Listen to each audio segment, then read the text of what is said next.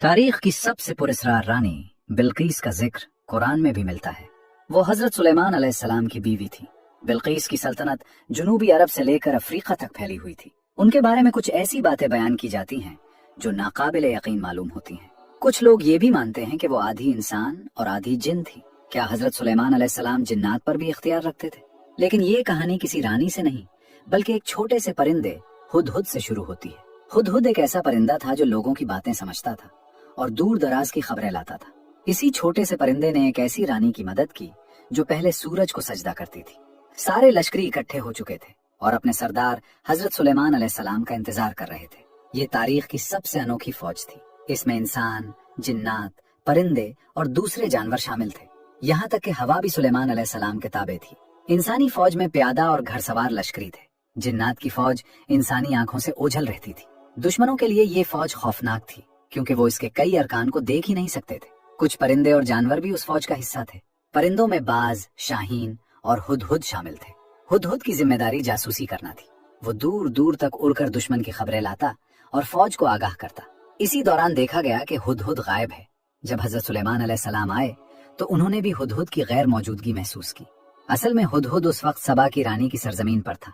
उसने लंबा सफर तय किया था और उसे महसूस हो रहा था कि वो किसी अहम खबर के पीछे जा रहा है। वो शहर के ऊपर उड़ता रहा। ऐसा लग रहा था जैसे लोग किसी बड़े इज्तिमा या तकरीब के लिए इकट्ठे हो रहे हैं। वहां मौजूद एक और हुदहुद से उसने पूछा, ऐ खूबसूरत हुदहुद, क्या तुम मुझे बता सकती हो कि यहाँ क्या हो रहा है? दूसरे हुदहुद ने जवाब दिया, लोग रानी सबा से मिलने जा रहे हैं। वो एक तकरीब करने वाले हैं जिसमें सब सूरज को सजदा करेंगे। हजरत सुलेमान अलैहिस्सलाम के जासूस परिंदे को यकीन हो गया कि उसका शक दुरुस्त था। उसने पहले पहरेदारों को देखा कि वो सबा की रानी के इंतजार में खड़े हैं। फिर उसने देखा कि रानी महल से बाहर आई। उसने अपने हाथ उठाए और सूरज को सजदा किया और उसके साथ सब लोग झुक गए। हुदहुद ने ये सब देखा और सोचने लगा कि हजरत सुलेमान अलैहिस्सलाम इस खबर पर क्या रद्द अमल देंगे। वो फौरन वापस रवाना हुआ।